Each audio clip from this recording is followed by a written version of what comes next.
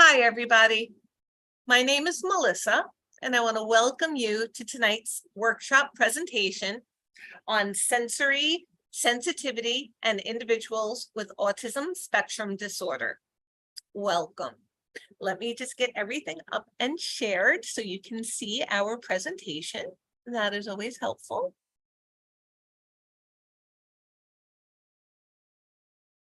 Now, we will be holding our raffle as usual this evening. So at the end, as long as you stay through the question and answer period after our presentation, you will be entered into a raffle where you can win a one-on-one 30-minute session with the coach of your choice. Wonderful.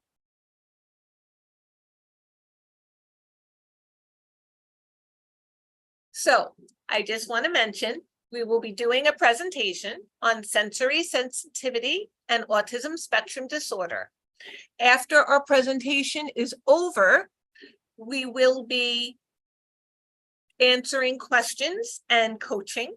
So please hold your questions to the end. You have any questions, just hold on to them. And if they are not answered by the presentation, or you have questions apart from what we discussed this evening, please hold them. And after the presentation is over, I will be more than happy to answer your questions and do some live coaching. Okay, so without further ado, let's get started with tonight's workshop on sensory sensitivity.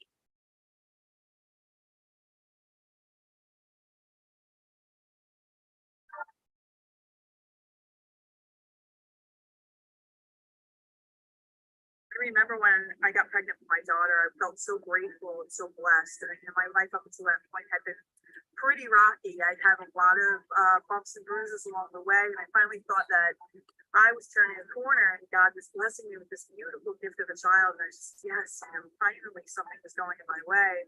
And then when she was born, she was just absolutely perfect. I had all of these dreams and expectations for her. I thought of all the things that I thought she was going to do.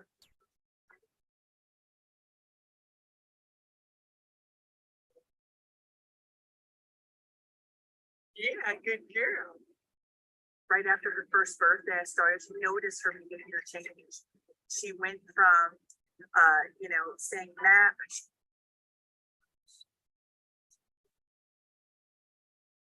She was obsessed with Dora the Explorer, Mama, Dada. She was saying it all.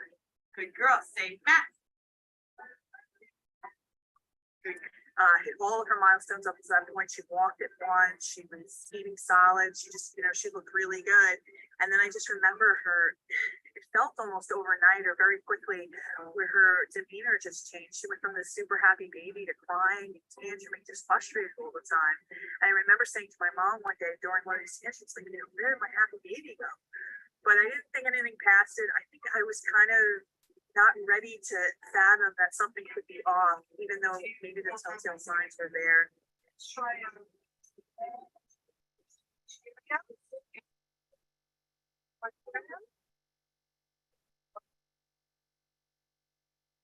Dressed. Honey, you gotta get dressed. Gotta get dressed, honey. Come on, time to get dressed. She started to lose the words that she had made. She wasn't saying mama anymore. She wasn't saying that. She just seemed really disconnected from us. Instead of playing with her toys, she would take them, dump them all out of her toy box, and just start twisting them around in her hands needlessly with no intended purpose. Really kind of in denial about it. And then I remember one day we were in the middle of a store, and then all of a sudden out of nowhere, she just started screaming and yelling like somebody had slapped her. I don't even know what the problem was. And I was so horrified. I didn't even know what to do. I was so scared. I literally just left the half full cart in the store, picked her up, and just ran out of there. I never went to that store again. I just didn't even know what to think. And that was probably the first time it really kind of stung for me that maybe something is wrong. They diagnosed her. They didn't diagnose her right away. They said that she was too young for a diagnosis. I didn't even know what they meant when they said that. I was like, diagnosed with what? You know, I just had no idea what they were talking about. And then they said, we'll come back in if you're not seeing progress. I said, okay, and a couple months later, I'm watching these speech therapists play with her on the floor. I'm not seeing any progress. It felt like she was getting a little worse. And then we went for our 2-year-old wellness visit, and the doctor said that she was behind if she wasn't using 20 words with intent. And that was just, that was probably just a knife to my heart.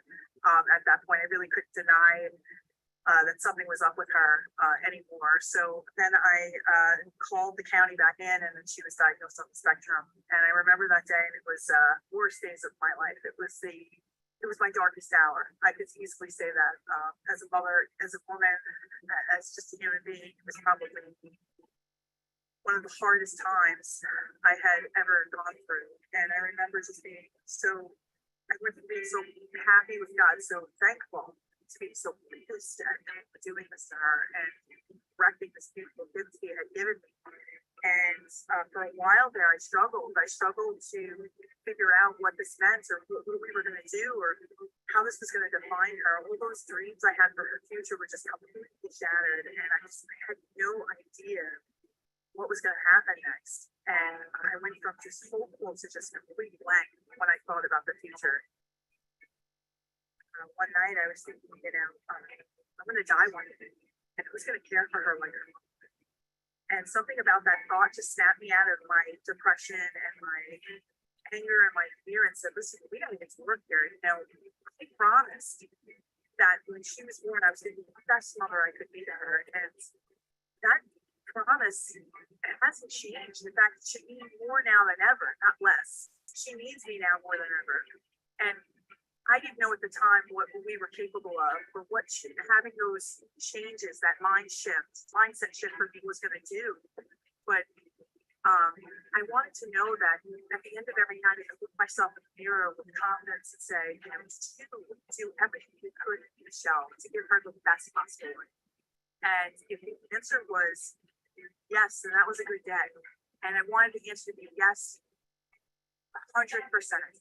And no matter where the cards fell, I know I could leave this earth saying I gave her everything I had, no regrets. And as I've navigated this world with her and walked away that day after having that thought, I really just grabbed the bull by the horns. I became her fiercest advocate. I'm not a special education master's degree teacher. I don't know I never had any formal training in ABA, but I knew that I was going to learn whatever I needed to learn to be really strong for her. And Juliana had lost all of her language. Cheerios?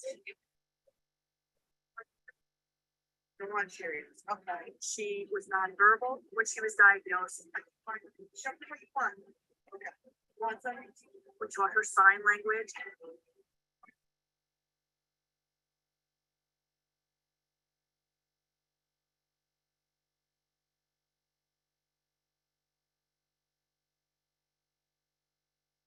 Show me. Show me. Then she went from sign language to word approximations.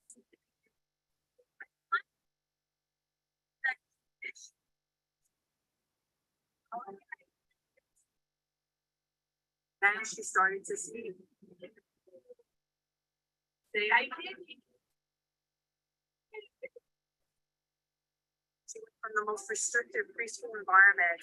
She was in a 614, most restrictive preschool, special education preschool environment you could be.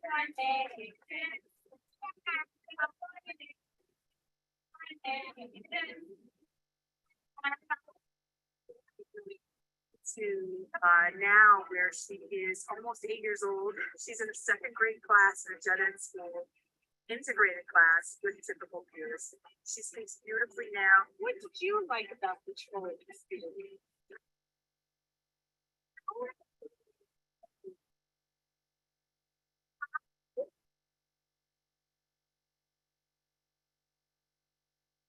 She has a personality. She has conversation skills. There's still things that we need to work on, but for the most part, her future went from black to now having possibilities. And none of that could have happened had I not kind of gotten out of my own way and really hit the ground running and started to take action for her.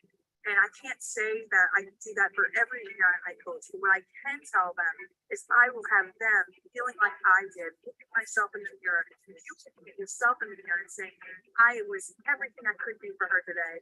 I have no regrets.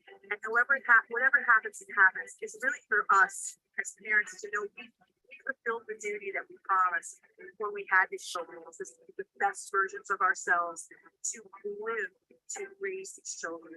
I've helped now hundreds of mothers, coach them one-on-one to do the same things I did, to help them to be strong, to help them to craft plans where we're seeing constant progress. This is what I want to do. I want to give you the chance that Juliana's had. I want to give you every opportunity to give your child that kind of Today we want to wish a day of happiness.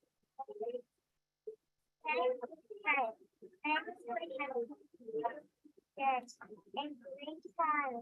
I hope you will happy birthday, love you. Oh, I love that video every time we play it. It's such a happy ending. And that's what we're here for. We're here to show you guys a way that you can get your children on the same path that Michelle got Juliana on. So using all of the strategies and all of the techniques and all of the resources that we have available. You saw Juliana at the beginning of that video when she was having a lot of, difficult behavior, and she wasn't able to communicate her needs, and she was so frustrated, and you can see her engaging in some stims when she was first developing words. And if you look at her now and you see her having conversations and playing with her friends, it's just amazing. And it's not magic, it's just science, it's just consistency, and it's just getting the right help from the right people. So without further ado, let's talk a little bit about how we can give you some strategies if your child has some sensory processing issues or some sensory sensitivities. So let's talk a little bit about sensory processing disorder. This is characterized by hyper or hyposensitivity to environmental stimuli and difficulty processing those sensations. Now, hyposensitive means that you're experiencing sensory input faintly. You're receiving very little sensory information. So it's almost as if it's being muffled in some way. It's like trying to feel something through heavy gloves, okay? You're not really going to feel exactly what you would feel if you didn't have those heavy gloves on, right? Or trying to smell something when you have a bad cold, or taste something when you have a bad cold, right? That's being hyposensitive. You're not experiencing as much of the stimulus as somebody who's not hyposensitive is experiencing. So if you're hyposensitive to hearing, and I'm speaking at this volume, you might only hear a whisper. If you're hypersensitive, it's the opposite. You're experiencing sensory stimuli strongly. You're getting too much sensory input. So that could be very overwhelming and can lead to outbursts. For example, background music in a supermarket can be very intense for a hypersensitive individual. It could be the loudest thing that they hear.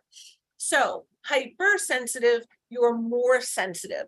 So if I was talking at this same level, a hypersensitive person might hear it as yelling or screaming.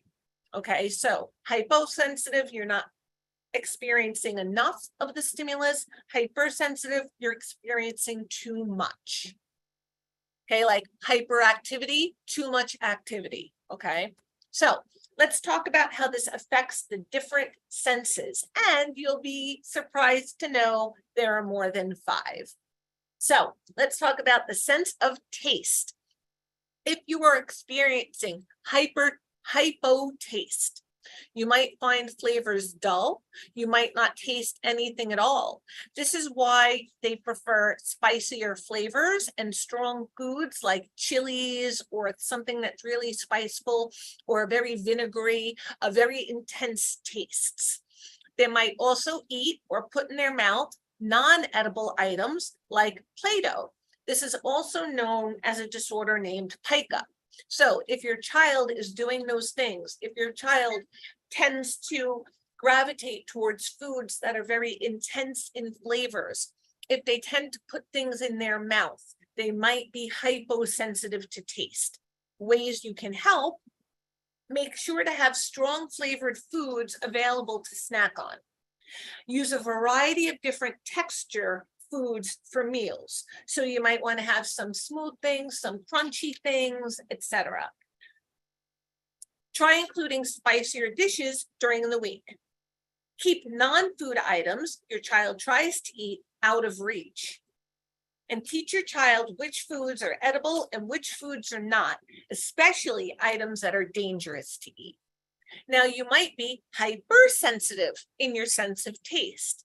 This means you'll find flavors to be stronger, and some flavors might be too overwhelming. This can cause you to gag or potentially vomit. As well as this, they may find certain foods are too rough on their tongue, causing discomfort. This usually results in a restricted diet. So again, if this is something that sounds familiar to you, here are some tips to help. Provide smooth snacks such as yogurts, puddings, creamy mashed potatoes, etc. Provide blander dishes that won't overwhelm the taste buds, like mashed potatoes or something more bland, rice that's plain, yogurt that's not heavily flavored, etc. Let's talk a little bit about the sense of smell.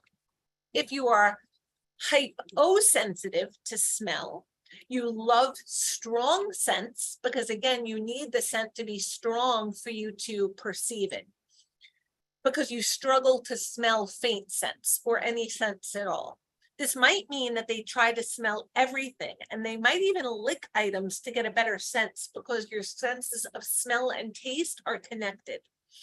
In addition, they might fail to notice extreme odors, including their own body odor. So again, if this sounds familiar to you, some tips to help would be: buy strong scented washing supplies, such as body soap and shampoo, to encourage hygiene. If they struggle with body odor, buy strong scented perfumes to help mask bad smells, or colognes or deodorants, etc. If you are hypersensitive in terms of your sense of smell, you might find that certain smells are amplified, even very faint smells, because remember, you're experiencing too much of the stimulus. These smells can become too intense or overwhelming and can cause the person to run away from the smell. In addition, they may prefer to wear the same clothes every day because they're used to the way those clothes smell. Just wearing a freshly laundered shirt, the smell of the detergent or fabric softener might be too overwhelming to the child. So wearing something that has their familiar body odor on it might make them less overwhelmed if they're hypersensitive to smell. So here are some tips to help if this sounds familiar to you. Swap out fragranced items such as deodorants and shampoos for fragrance-free options. Reduce the use of scented items like candles and air fresheners in your home. Try using fragrance-free washing liquid or powder to encourage your child to wear new or clean outfits. When you're cleaning the house, use cleaners that don't have a strong smell to them or are fragrance-free. Even little things like air fresheners in your car, perfumes and deodorants you might wear on yourself. The body wash you might use, they might smell too much, too intense when you're too close to them. So again, tips to keep in mind. So now let's talk a little bit about the sense of sight. If you are hyposensitive in terms of vision, so you have hypovision, you might struggle to see objects. They might appear dark, or you might just see the outline of the object. This can cause you to trip over items and appear clumsy. This might mean that when they enter an unfamiliar environment, they'll walk around feeling everything to make themselves familiar where things are. As well as this, they love bright lights and vibrant colors. So again, if your child is someone who seems clumsy, who trips over things, who tends to touch everything in a room when they enter, if they like really bright lights and vibrant colors, they might have some hypo vision going on. Here are some tips to help. Keep room layouts the same to reduce falls and bumps. Get bright and vibrant toys and objects to spark their interest and their senses. Teach your child not to look directly at the sun because this will damage their eyesight. And again, if they're not experiencing their visual stimuli at the same level that everyone else is, it might not hurt them to look directly into a strong light as the sun. That doesn't mean it's still not going to damage their vision. So let's talk a little bit about being hypersensitive with your sight. If you are experiencing hypervision, you have acute vision, which allows you to notice tiny things, such as fluff on the carpet. Your vision might also be distorted, which might make objects and lights appear wavy. As well as this, they tend to hate bright lights and will try to avoid them by looking down or covering their eyes. So again, if your child is someone who tends to notice the smallest speck, or their vision, they tend to avoid bright lights, or they cover their eyes frequently, they might be hypersensitive in their vision. So some tips to help: change out bright fluorescent light bulbs for less bright fluorescent, for non-fluorescent bulbs that are less bright. Get sunglasses for your child, which can be especially useful in places where fluorescent lights are used, like supermarkets or office buildings. Use blackout curtains to reduce sunlight in the home or in your child's room. Now let's talk about the sense of touch.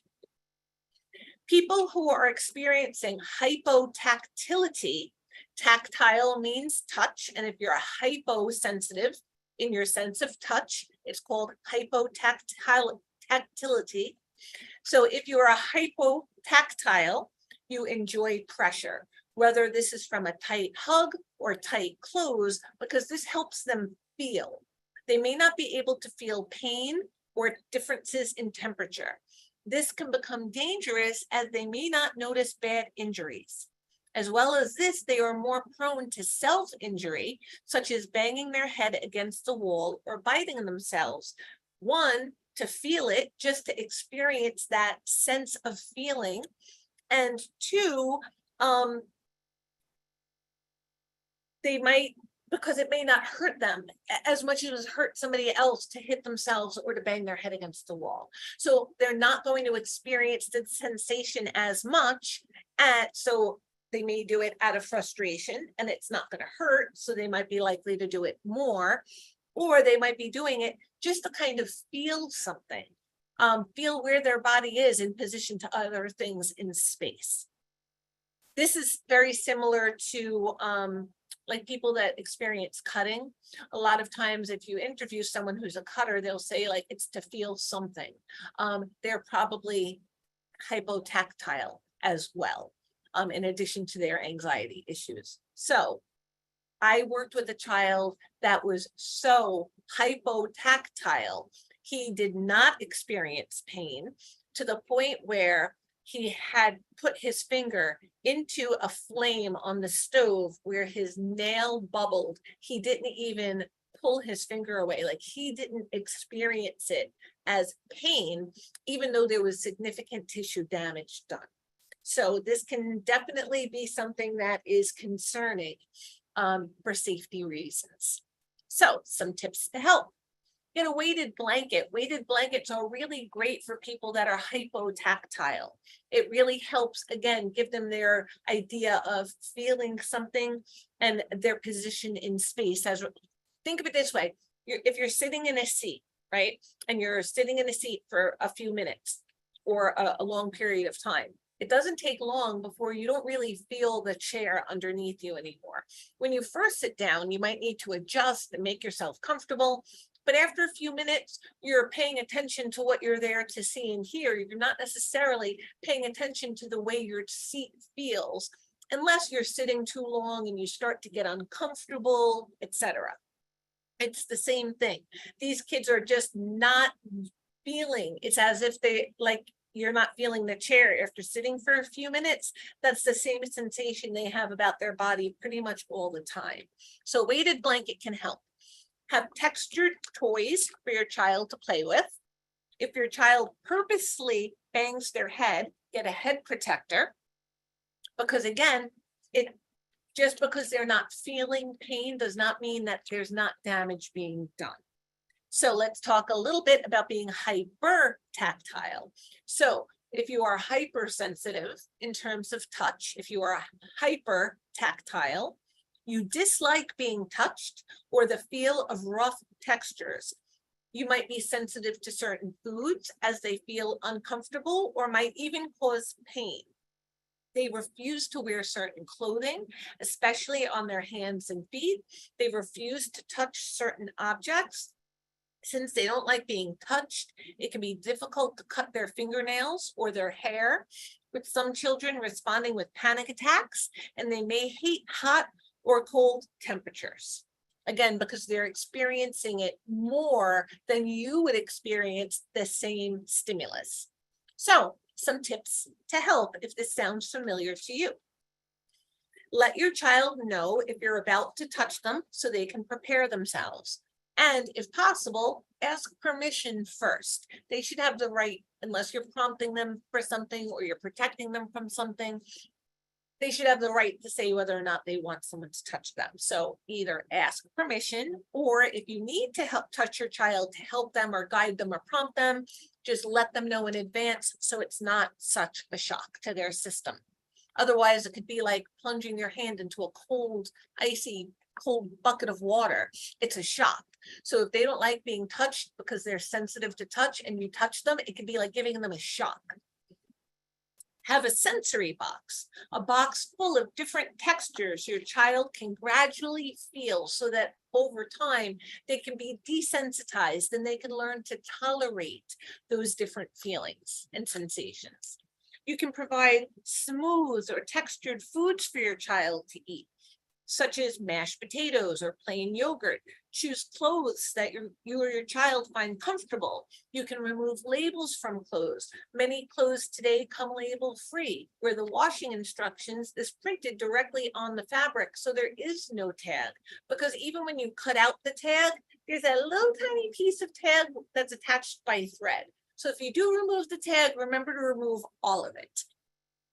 And let your child do any touch-involved routines, such as brushing their hair or teeth, based on their age and their ability to do these activities. But if they can, let them do it. Because again, if you're more sensitive to something, you're going to feel more comfortable if you're in control of the pressure, the duration, all of those things. Now, let's talk about another sense that you may not have thought of as senses. Usually we think of 5 senses: touch, taste, sight, hearing, and taste. But we are also discussing things like balance, which is a sense that's very important and can be something that someone with sensory processing difficulties experiences in different ways. So let's talk about being hyposensitive in terms of your balance. This is technically called vestibular balance hyposensitivity. So these people enjoy movement and they seek out movement. They might rock back and forth. They might spin around for long periods of time without getting dizzy. They might engage in a lot of constant body movements. Some tips to help. Let your child enjoy movements, such as spinning and rocking. Just make sure their area is safe and clear from objects that they may bump into. And if it becomes an issue, work on time and place. It's okay to spin in your room or to rock in that rocking chair or in the family room, but it's not necessarily okay to be rocking if you're at temple or if you're at church or if you're in the classroom or if you're at Aunt Dottie's funeral, etc. Might want to visit places that encourage the sense, such as parks with seesaws and roundabouts. On Long Island, we have the Children's Museum, and they have like a whole touch center in there. So look for things like that in your area as well. Now let's talk about being hypersensitive. If you are experiencing vestibular balance, hypersensitivity, which again means you're overfeeling this particular input, you might struggle with balancing. You might find it difficult to crawl or walk on uneven surfaces. You might get car sick easily. You might struggle to control your movement, which can make stopping or playing sports difficult.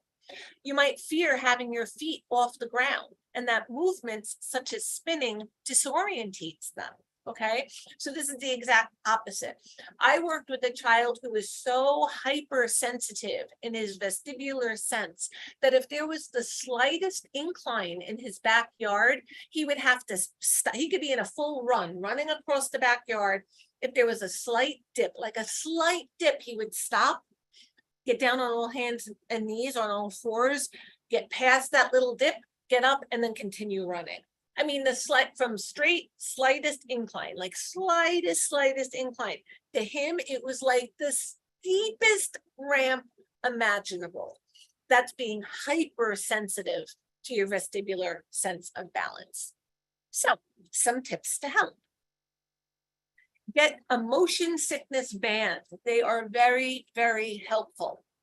Look forward. When traveling in the car, make sure that they have a clear view of the road so they can look forward rather than to the side. This helps a lot with car sickness. If you're looking out the side window and watching like how quickly the trees and the things on the side of the road are passing by, that can definitely increase your sense of motion sickness. Because depending on if you're looking, say you're passing a field of trees. If you're looking at the trees like midline, it looks like you're moving at a very different speed than if you're looking at the bottom of the trees near the ground. So it makes you more sensitive to that particular motion sickness. If you're looking straight out the front window, you experience that much less. Now let's talk about another sense that you may not have thought of in the senses, body awareness. So this is your proprioceptive sense. If you experience proprioceptive hyposensitivity, which means you are not sensitive enough with your body awareness, you might find it difficult to judge spaces. This might mean that you stand too close to others, invading that personal space. You might struggle to navigate a room, bumping into objects and tripping over items along the way. In addition, you may not be aware of their body senses, such as feeling hunger, and might need to be reminded to eat or to drink throughout the day.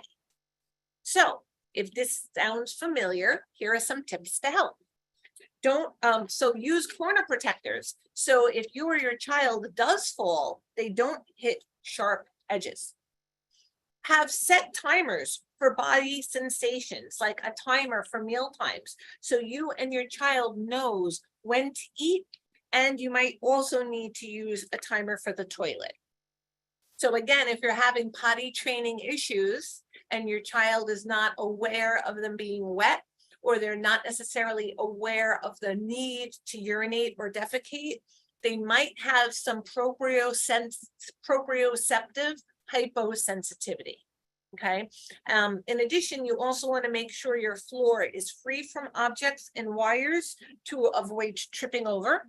And arm's length rule. Teach how far to stand from others by using their arm to measure distance. You should be at least arm's reach from other people with whom you're interacting.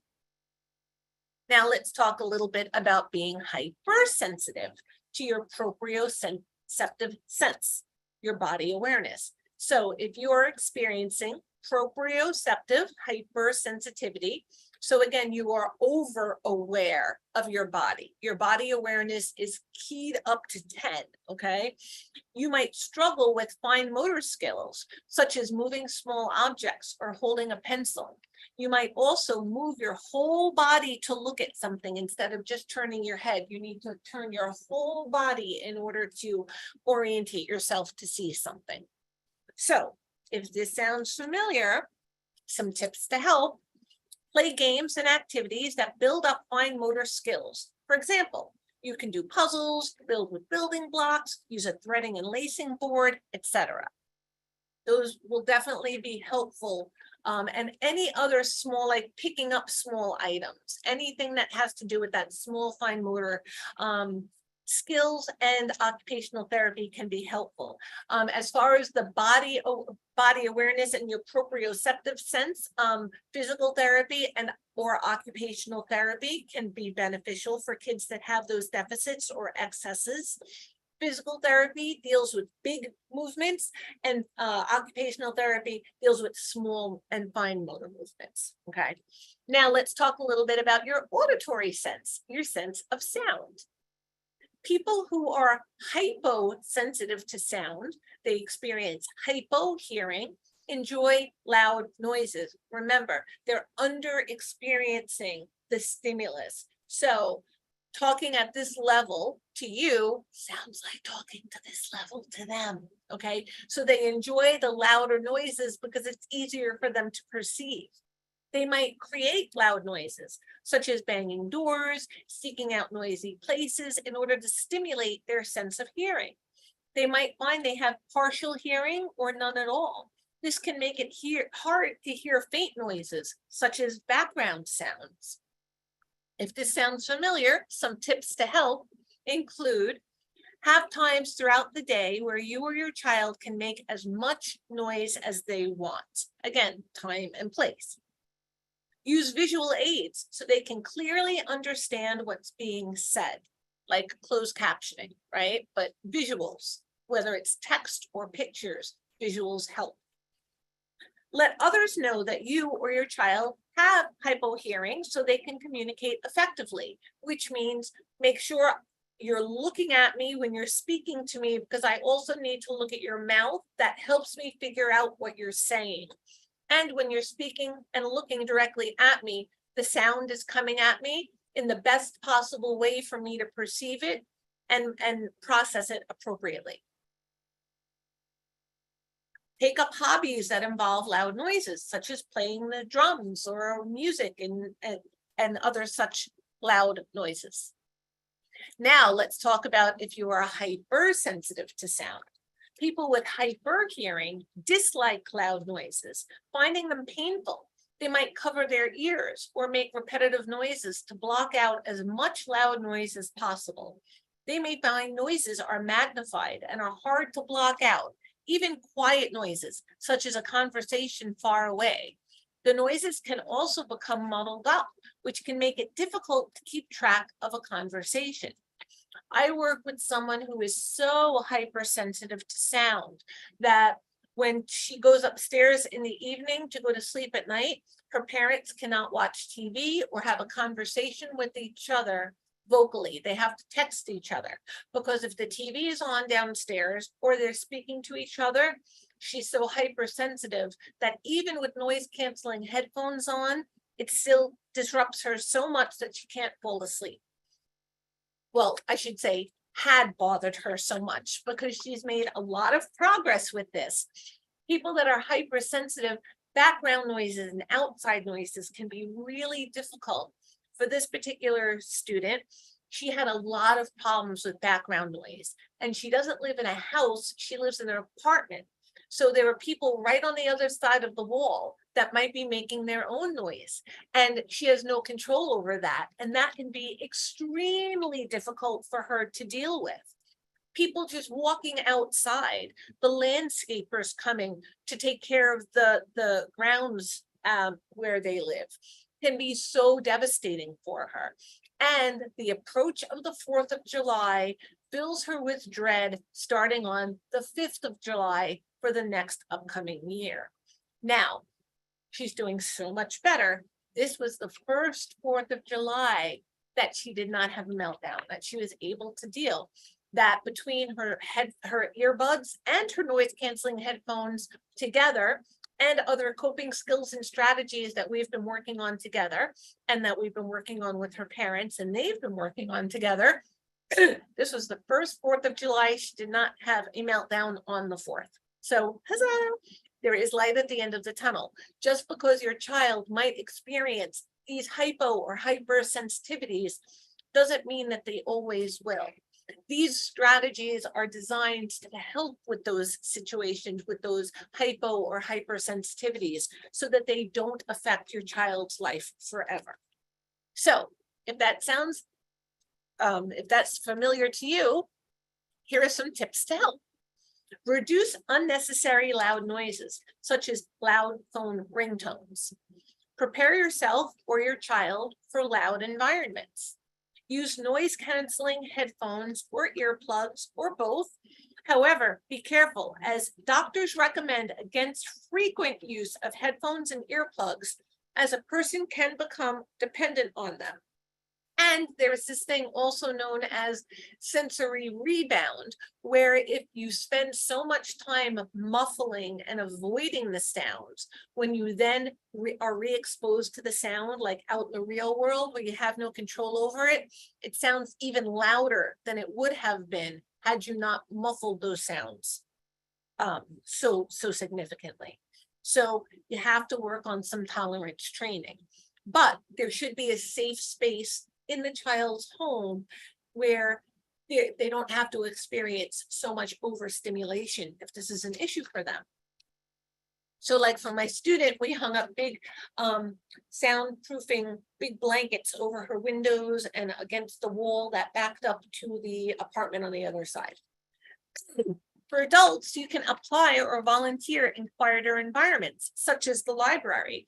This particular student definitely likes the library. It's a great environment for her, and someplace that she will enjoy working, and has enjoyed working and will continue to enjoy working over the summers and at school.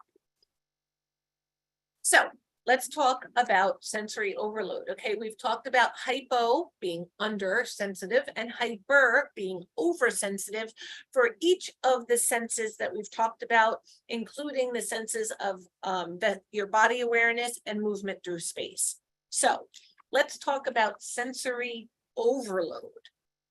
People who experience difficulty processing sensory information can sometimes go into a state of sensory overload. This is more than just being sensitive to sensory stimuli. Sensory overload occurs when a person experiences too much sensory stimulation all at once and cannot handle all of it.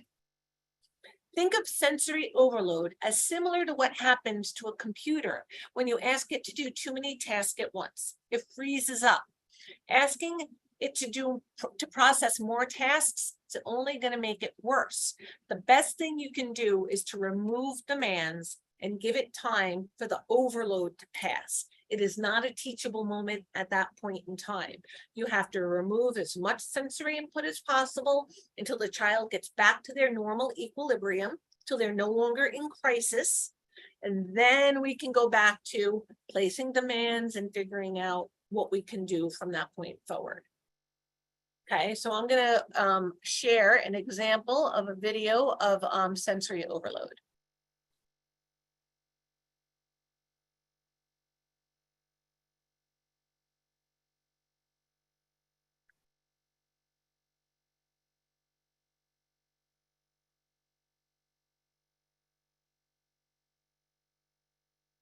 We were fortunate enough to be able to find an app that would help to demonstrate to our staff what it feels to have sensory overload in a public space.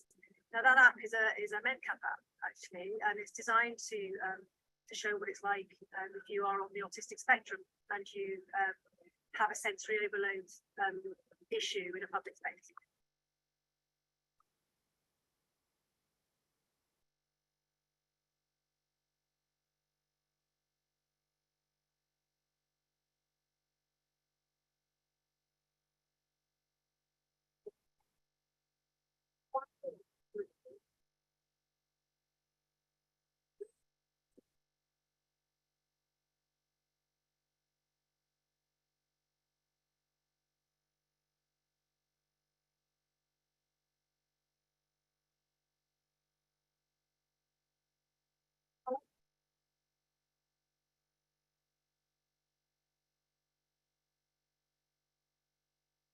My heart's racing. It's still racing now. It's too. Okay, so you can see in that example, in that video, how difficult it was. The lights, everything was too bright. Well, the sounds jumbled together. Even when the mom was trying to talk the child through it, her voice just got muddled and mixed in with all the background noises together because this individual is experiencing sensory overload. You can't necessarily pick out the words that that person is trying to say to you among the din all around you. The lights are too bright. The sounds are all blending together. I can't see clearly. I can't hear correctly. And now I'm very overwhelmed. So even though mom was trying to help, it was very difficult for that child to even hear what she was trying to say in that moment. Let me show you another brief example.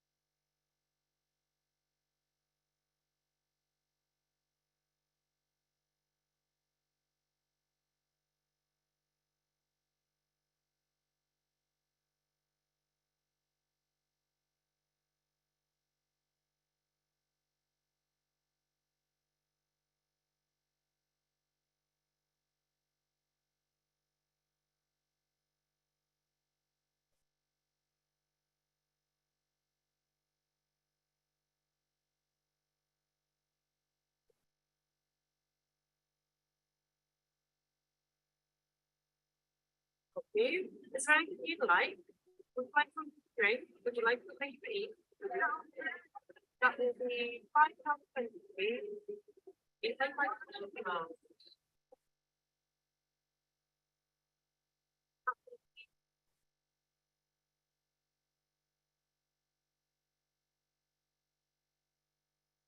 So again, you can see how all of those individual sounds that are background noise to us, right? You might walk down the street and not pay attention to the sound the cars are making, or the gravel is crunching, or the sound of the clock ticking, or the doors opening into a store and how bright the lights are, all of those things. Now, somebody who's experiencing that sensory overload, you can see as the cashier was trying to interact with that customer, with all of those other things that we usually perceive as being in the background, we could understand that her interacting with us was in the foreground. That's what we're supposed to be attending to.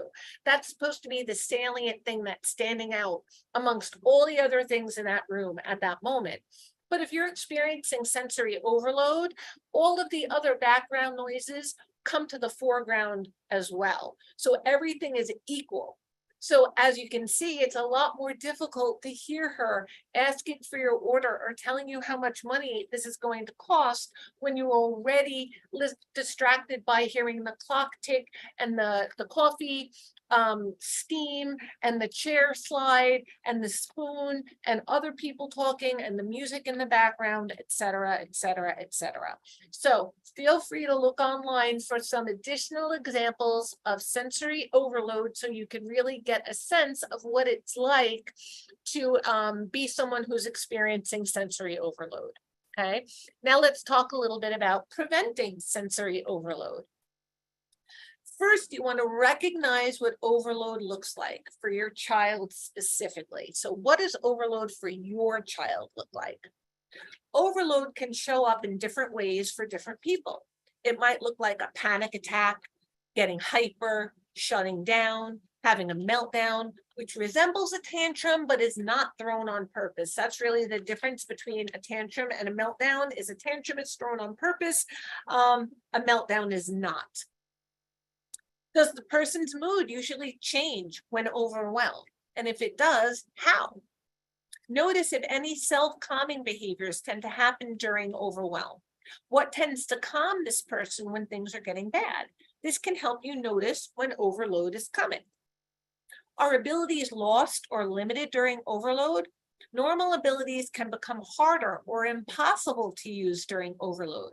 If their speech, motor skills, or other skills start worsening before overload, then that's a useful warning sign that overload is coming. So again, we already saw some examples of overload. I'll show you another brief example here.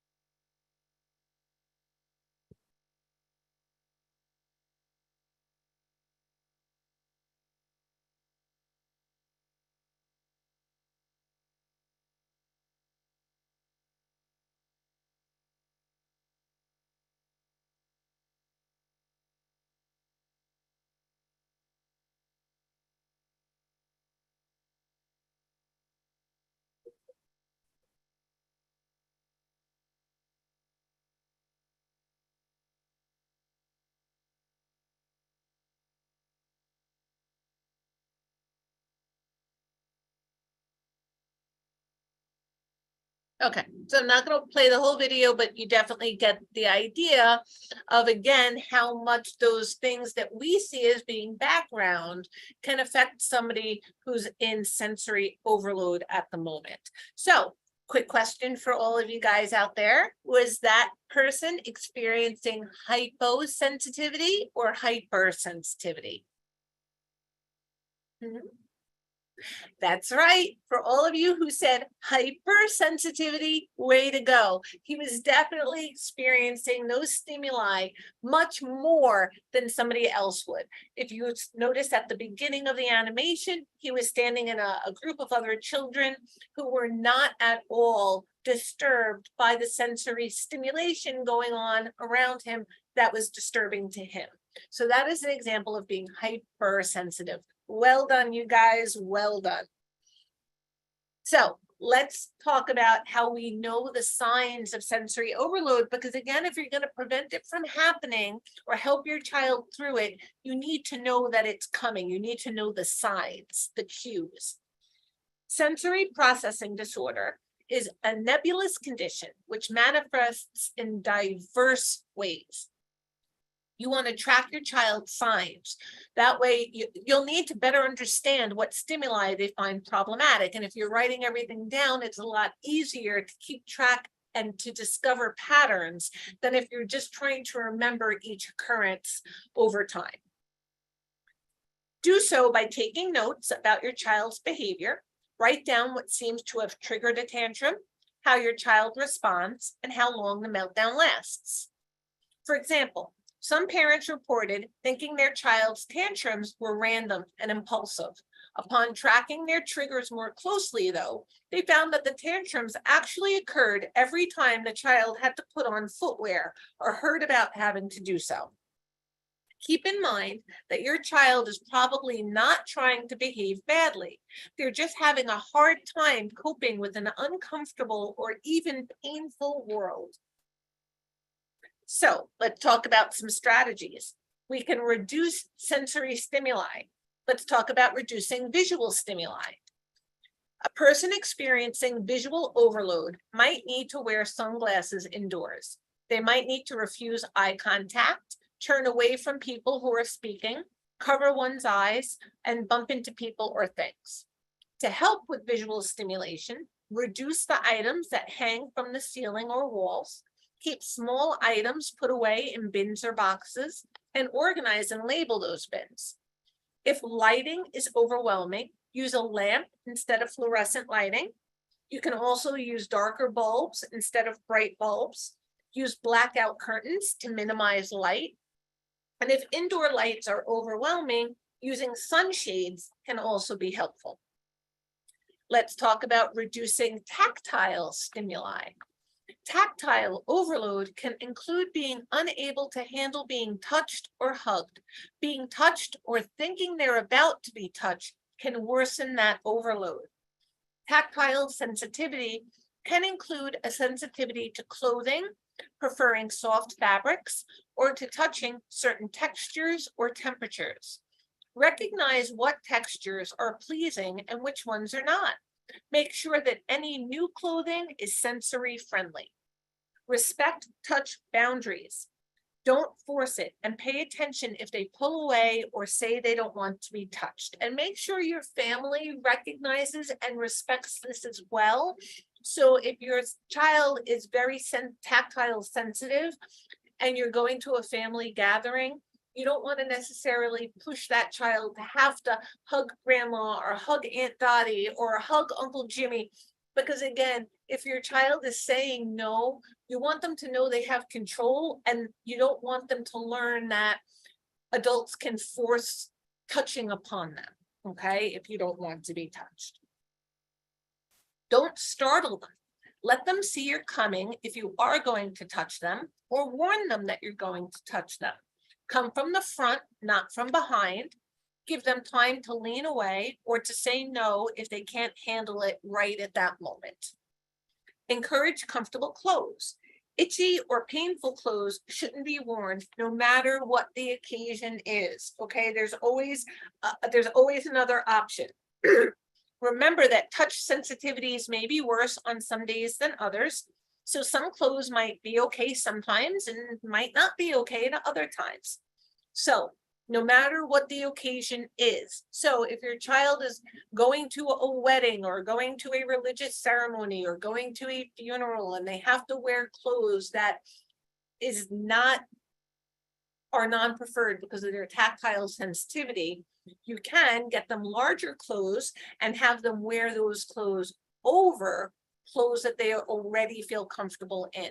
So if they have a favorite shirt, let them wear that under their dress shirt or under whatever, or under their dress or whatever it is that they're wearing to that particular occasion. So like I said, you don't want to force them to wear something. If your child can't handle wearing a suit, then let them be a guest at the wedding, not in the wedding, okay? Let's talk about reducing auditory stimuli, something I've become very, very, very familiar with given some of my students. So you want to lower the noise level. Sound-related overwhelm may include not being able to shut off background noises, such as someone having a conversation far away, which can influence concentration. Some noises can be perceived as excruciatingly loud and distracting. To help with noise overstimulation, shut out any open doors or windows that might be allowing sound inside. Lower or turn off any music that might be distracting, or go somewhere more quiet. Minimize verbal directions and/or conversations, and if things get bad. Having earplugs, headphones, and white noise may come in handy when noises seem too overwhelming. Use short yes or no questions if you're talking to someone who's overwhelmed. They can respond with thumbs up or thumbs down.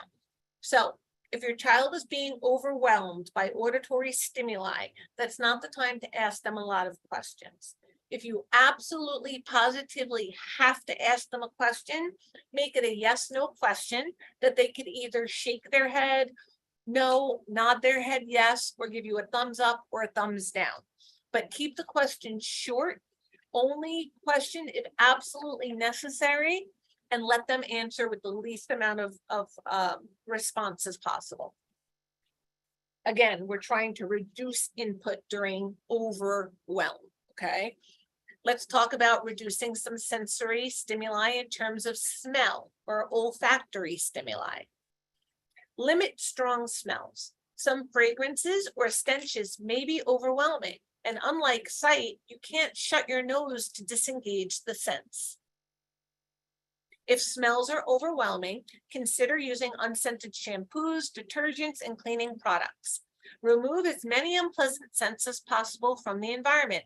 You can buy unscented products, or you may enjoy getting crafty and making your own unscented toothpastes, soaps, and detergent.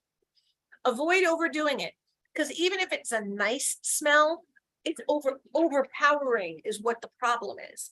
Overpowering smells are unpleasant, even if the smell is sweet in smaller amounts. So don't think of it as a good smell and a bad smell. Think of it as being overwhelmed by smell. So you want to limit that as much as possible, and covering it with a nicer smell is just combining two smells altogether. Right? Like, you ever be around somebody who is a smoker who's trying to hide that they're a smoker? So they have a cigarette and then they spray themselves with cologne and it just smells like a smoker wearing cologne, right? Now you have the smell of smoke and the smell of cologne, right? It didn't take away the smell of smoke, it just added another smell to it. So if you're already being overwhelmed, we're trying to reduce stimulation, not increase stimulation. You want to try taking away, not adding. So let's talk about reducing vestibular stimuli. So pay attention to vestibular input. Again, remember that's your sense of balance, okay? A person who experiences sensory overload might be sensitive to perceptions of balance and movement. They may be particularly susceptible to motion sickness. They might easily lose their balance and have trouble with hand-eye coordination.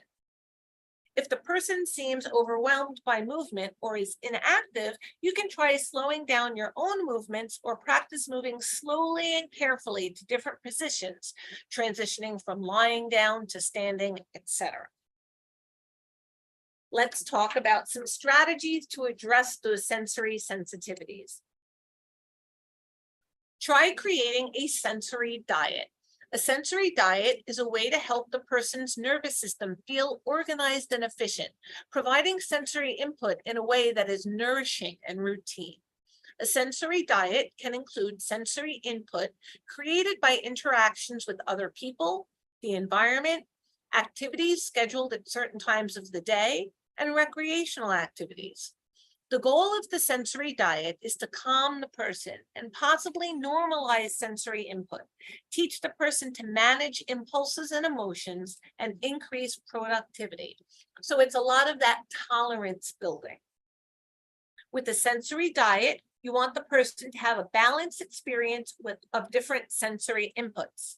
So if the person is overstimulated by auditory stimulation or sound, you may minimize verbal directions and instead use more visuals and spend time in places with minimal background noise, or allow them to use earplugs. However, the auditory sense still needs nourishment, so you also give the person time to listen to their favorite music. Okay, so the sensory diet helps reduce stimulation when needed, but also provides that access to stimulation, so we're not dealing with that sensory rebound we discussed earlier, and to get the child used to tolerating that input, because in the real world, you're not going to be able to avoid all of these different sensory stimuli. And we don't want the first time they have to deal with overwhelming sensory stimuli to be in the real world. That's not fair. We want to practice that in a safe, secure, supportive environment where we have more control, right? So let's talk about some other strategies. You want to arrange a safe space for your child to take shelter when troubled. Even children with the most mild cases of sensory processing disorder will become overstimulated and need to withdraw from others from time to time. Many parents find that this measure can even help prevent future tantrums. If your child gets overstimulated easily, have them take a break from social playtime or other stimuli every 30 minutes instead of waiting for an episode. I'm saying 30 minutes as an example. If you need your child to take a break after 15 minutes, do that. But the point is, if you know your child can go about an hour, don't wait and push an hour, 10 minutes, and then push them into a meltdown. If they can go about an hour, then a little before an hour, offer a break. For example, You might build a pillow fort in your child's room, hollow out a corner in their closet, designate a safe placed armchair in the living room, or make a treehouse or playhouse into a specially designed designated safe zone. Some other strategies is to buy fidget toys, such as chewable jewelry and play putty. Many children suffering from sensory processing disorder find that certain sensory-friendly toys can help distract, entertain, and soothe them. Such special toys can also provide the sensory stimulation they crave and ultimately improve their symptoms. Look for toys that light up, make sounds, and provide interesting textures. For example, sensory balls, tactile puzzles, beads, blocks, Bop It, or Simon Says boards are all good sensory toys.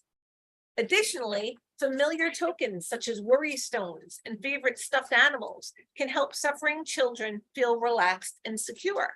One of my students got into crystals because she liked the sensation of rubbing them and it calmed her, and she liked the way they looked, so it gave visual stimulation.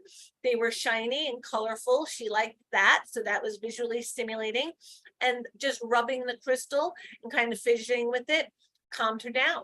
So that was a very helpful strategy, like a worry stone that like we used to have. Let's talk about some apps that have haptic responses. Haptic means you can feel it.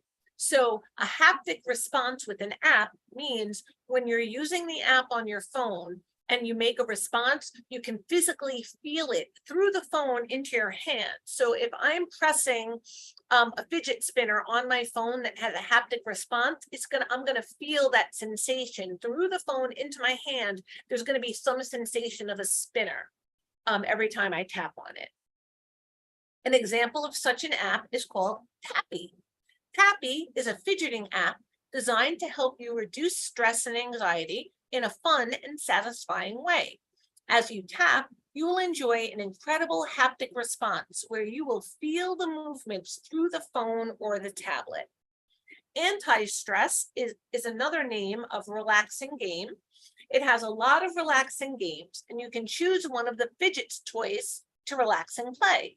Relax now with many games of relaxation toys, Pop It, Slime, and other games. Play one of the stress relaxing games and get calm. You can also prepare a to-go kit for outings. Outings are some of the most exciting times for your child, so they can also be a prime time for tantrums or episodes of overstimulation. Packing a portable kit full of calming, reorienting tools will mean that you can meet and address such behavior even when you're out of the house. For example, fill a backpack or a pack or a bag with noise-canceling headphones, a favorite toy, sunglasses to shield bright lights, a compression vest, and a snack to prevent hunger tantrums or sugar crashes. You want to intervene early when it comes to being sensory sensitivity. Sometimes a person may not realize they're struggling and they might stay longer than they should, or they might try to tough it out. This only makes things worse. Intervene on their behalf as soon as you notice that they're getting stressed and help them take some quiet time to calm down. Be compassionate and understanding. Your loved one is feeling overwhelmed and upset, and your support can comfort them and help them calm down. Be loving, empathetic, and responsive to their needs. Avoid overreacting if they act out. In some cases, overloaded people become physically or verbally aggressive. As a caretaker, it's hard not to take it personally, but the reaction is more about panic and not about you. Physical aggression is usually a response to provocation, such as being grabbed or being cornered, so give them space. Back up if they flail or throw things. You could also try placing cushions, either to protect them or to provide something safe that they can throw. Outbursts during sensory overload are usually reaction to being overwhelmed, not anything personal. They don't want to hurt you. They're just trying to escape and release emotions. Give them space if they need it. Provide an exit. The fastest way to stop the overload is often to remove them from that situation that's overwhelming them. See if you could take them outside or to a quieter place. Gesture for them to follow you or show them the way, such as by opening a door so you don't have to touch them if you don't have to. Ask before touching. During overload, the person could have trouble understanding what's happening, and if you startle them, they might misinterpret it as an attack. Offer first and talk about what you're doing before you do it so they have time to decline. For example, I'd like to take your hand and lead you out of here. Or as simple as hug. Ask simple yes and no questions if you need to know something. Open-ended questions are more difficult to process, and when the person's brain is already struggling to cope, they may not be able to form a meaningful answer. If it's a yes or no question, they could nod their head or give a thumbs up, thumbs down to respond. Don't ask questions unless necessary. Just like how you shouldn't try to get a frozen computer to do more tasks, asking the person to process more spoken words can be too much. Gradually increase exposure and proximity. Your child will require a gradual desensitization or toleration rather than sudden exposure, so they can build up toleration of non-preferred sensory stimuli. For example, if your child has an issue with sirens, start with pictures of a fire truck in books. Then, when they can handle just seeing the picture of the fire truck, imitate the sound of a siren with your voice at a low volume. Read books about firefighters and police officers. Watch YouTube videos of fire trucks in action. You can control the volume. You can arrange for a tour of the local fire station or police precinct. Eventually, the vehicles become part of everyday life and they won't bother your child so much. You can also alternate noisy and quiet. Schedule frequent quiet breaks. For example, after a morning out running errands, enjoy some quiet time at home. After playing with other children, make some alone time to snuggle on the sofa and read a book together, etc. Tinnitus retraining therapy. This is not auditory integration training. Auditory integration training is something from years ago that has been proven not to be helpful and beneficial. It's not the same thing. This is different. Tinnitus retraining therapy has plenty of medical research to back up its results. This involves listening to broadband pink noise, not white noise, but pink noise, which contains all audible frequencies, but with more power in the lower frequencies than the higher ones. This helps your child rebuild tolerance to sound. Attend special sensory-friendly events at museums and libraries. These venues and events feature softened lighting, decreased sound volumes, break areas, and other sensory-friendly amenities. A lot of movie theaters offer sensory-friendly showings where the sound is lower than it would be at a typical showing. You might want to consider supplements. Many people with tinnitus or hyperacusis, which is sensory sensitivity to sound, are deficient in magnesium or other minerals. Consult with a physician to determine if nutritional supplements might help. Again, they will only help if your child is deficient in them. If your child is not deficient, but is still sensitive to sound, then it's for another reason. Avoid food additives. Certain food additives, especially those in the, I always say this word wrong, the salicylate family, are associated with noise sensitivity. In fact, medical literature refers to a salicylate as a tinnitus inducer. Salicylates are natural chemicals made by plants. They are found in some fruits and vegetables and help protect plants against disease and insects. Salicylic acid, more commonly known as aspirin, reduces pain and inflammation and lowers fevers. For a comprehensive salicylate food list, see https //allergyfield.com/salicylate-allergies. And it's written right there on the screen. So take a moment and write that down if necessary, if you need to get that list of foods. Okay. Additional resources for autism and sensory overload. Autism Speaks, the world's leading autism science and advocacy organization, along with other prominent organizations, provides resources to help people with autism and parents of children with autism or a sensory overload disorder, including the below. Autism Speaks sensory tools and products, okay?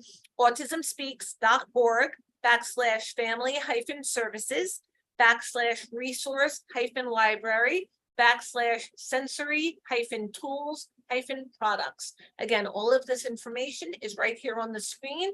You can refer back in this presentation at any time to get these websites if needed. Autism Speaks and resources by state. Go to autismspeaks.org/family-services/resource-guide. The Autism Source database is at www.autismsource.org. You can also access the Association for Science in Autism Treatment, resources for parents and educators at www.asatonline.org/for-parents. That's ASATONLINE.org/for the word FOR-parents.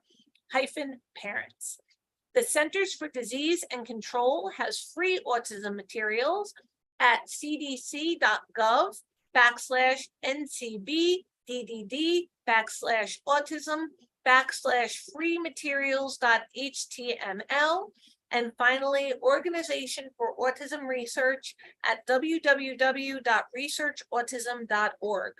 All of these resources have a lot of information, materials, programs, and resources about autism and sensory overload in general. And as I always say, don't give up.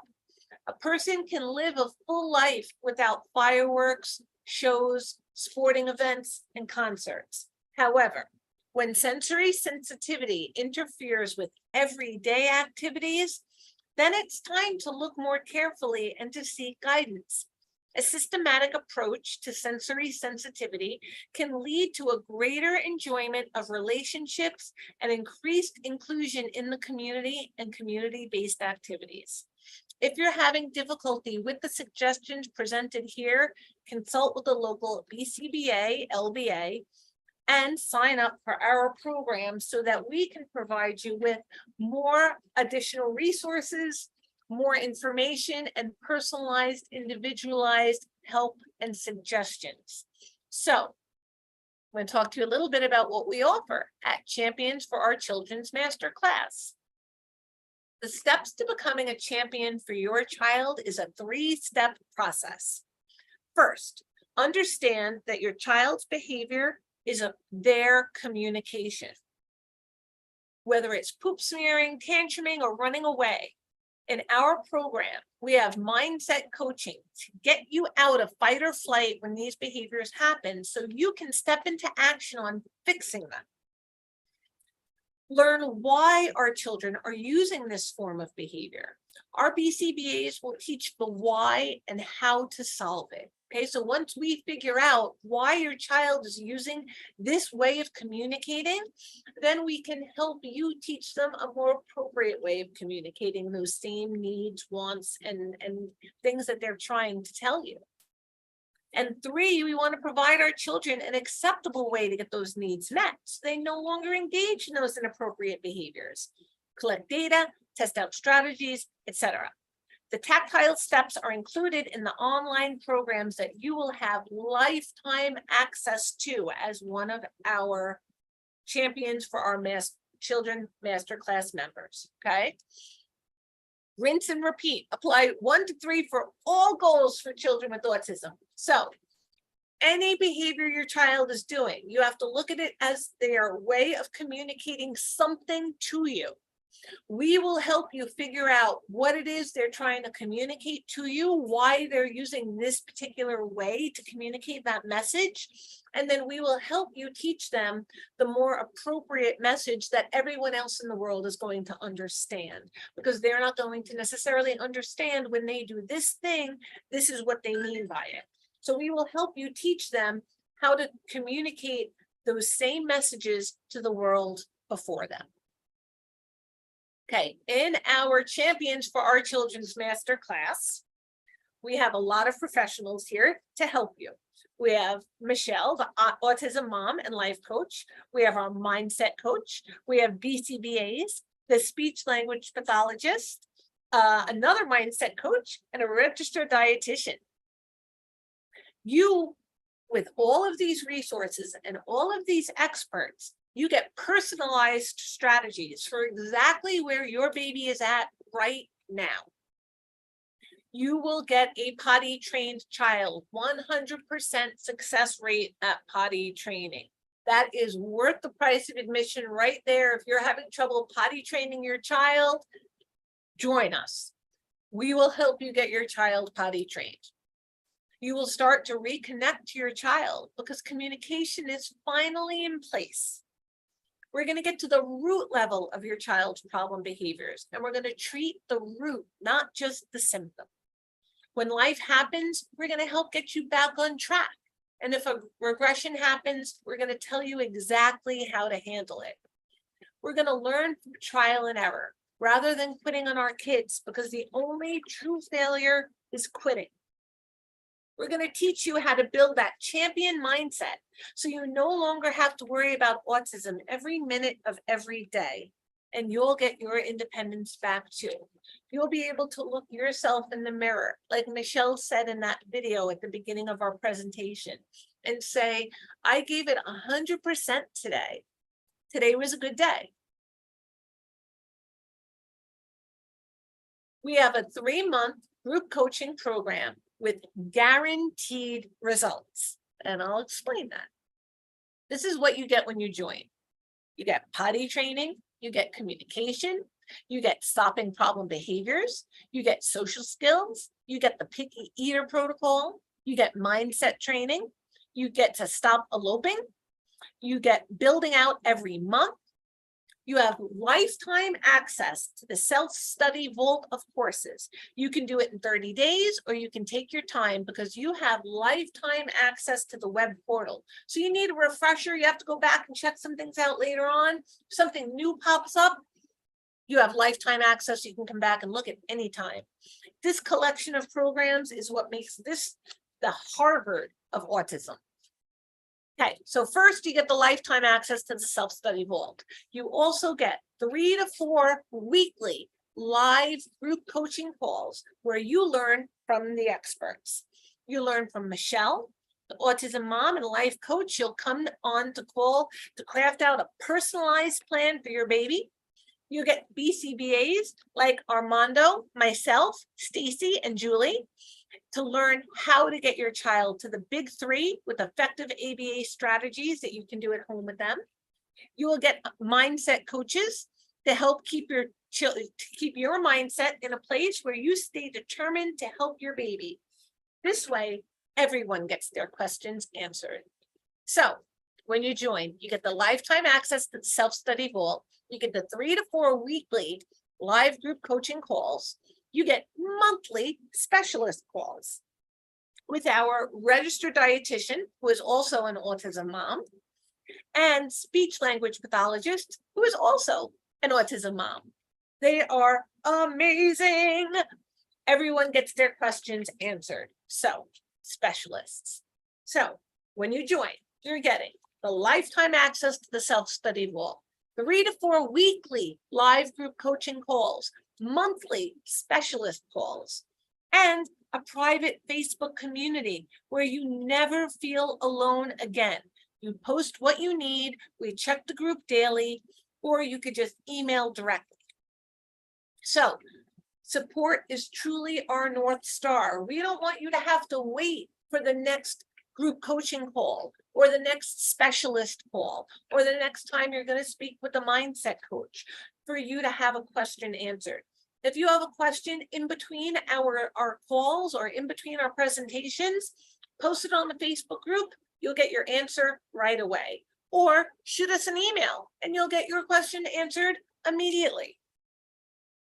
So what you're getting, lifetime access to the Self-Study Vault, 3 to 4 weekly live group coaching calls, monthly calls with our specialists, the private Facebook community, emailing in between calls, and our action back guarantee. If after 90 days you don't get the result you came for, you either stay in the program until you do, or you get your money back. So we have our 3-month group coaching program. And if at the end of those 3 months, you did not meet the goals that you had intended on, and you've been attending the calls, you've been doing your part, and you're just not there yet, you can either ask for your money back, can obviously keep all the knowledge you've learned, or you just stay in the program until you reach that goal. Chances are you're close, right? So you've already been making some progress, but you're just not there yet. Stay in the program until you get to where you want it to be. That is guaranteed results right there. So when you join, you're getting the lifetime access, the Self-Study Vault, 3 to 4 live coaching calls per week, monthly calls with our specialists, the private Facebook community, emailing us in between calls, the action back guarantee, and bonus one private session with Michelle, with any of the mindset coaches. So you're going to get one 20-minute private session with Michelle. You're going to get one 20-minute private session with any of the mindset coaches. These are $1,000 of value right here that you're getting as a bonus. Okay. So you are getting all of this lifetime access to the Self-Study Vault, 3 to 4 weekly live group coaching calls, monthly calls with our specialists, the private Facebook community, emailing us between calls, the action-backed guarantee where you either stay in the program until you get your results or you get your money back. So there's no risk whatsoever. And bonus 1, you get the private session with Michelle and the private session with the BCBA. And the second bonus, you get 5 months in the program instead of 3. So right off the bat, 5 months. You're paying for 3, you're getting 5. And if after those 5 months are over, if you have not gotten the results you're looking for, you still can get your money back, or you can stay in the program until you do get the results you were looking for. That's 70 plus calls to change your lives. Okay. So when you join, you're getting lifetime access to the Self-Study Vault, 3 to 4 weekly live coaching calls, monthly calls with our specialists, private Facebook community, emailing us between calls, our action back guarantee of money back or staying in the program until you get your results, a private session with Michelle or the mindset coaches, and a private session with the BCBA. 5 months in the program instead of 3 right off the bat. And the third bonus is if you join our program, you sign up before midnight tonight, $500 off. Okay. Again, what more can you ask for? You're already not risking anything because you have guaranteed results. You will either get your money back or you will stay in the program until you get your results. And if you sign up before midnight, $500 less than if you decide to sign up tomorrow. So if you're thinking about it and you're thinking, I might sign up, I'm not sure, I'm thinking it really sounds good, but I'm not sure, sign up tonight. Because if you wither back and forth and you sign up tomorrow, it's going to cost you $500 for that wavering. Okay, so sign up before midnight, $500 off the price. Okay, so this investment $24.97. So for under $2,500, you get $500 off, okay? Or you can do 3 payments of $878 or 4 payments of $660. That's only $16 a day. Think of what you spend $16. Like, think about it. You can't even get lunch at work for $16. A cup of coffee and lunch, more than $16, no doubt, okay? Think about what you just blow $16 on. This is life-changing for $16, okay? $16 a day can change your child's life. Think about that. And all of those bonuses go away after midnight. So join now. Those 3 bonuses that you're getting are available until midnight. Okay, otherwise you just have the action guarantee results. Okay. So you might be thinking to yourself, can I afford to spend the money on this? Or you might be thinking, this is expensive. What do these thoughts mean to you? Does it mean I'm too busy, or I don't know if this is a good time? It's either a priority to get this done now, or it's a priority to have an excuse not to, right? I need to think about it. Indecision is more damaging than a wrong decision. I've failed so many times, or I've tried everything. How is this going to be different? Well, what if you fail? The discomfort you fear experiencing, you're already living with that, the way things are now with your child. Staying in fear could be the reason your child is still in diapers. I'm either learning or winning, okay? That's really important. I know it sounds expensive, but think about it this way. Like, you might be thinking to yourself, how am I going to come up with $660? How am I going to come up with $24.97? Think about it this way. If there was an emergency with your car or with your house, you would come up with that money. It might be hard, it might be tight, but you would find a way to come up with it. If something suddenly had to, and you had to come up with it, you would find a way to come up with it. And the world wouldn't end. You would figure it out. This could be life-changing. It's not just getting your car fixed so you can get back and forth to work, or fixing the boiler so that you can take a hot shower. This is the difference of your child's future and your sanity and your whole family. It's invaluable.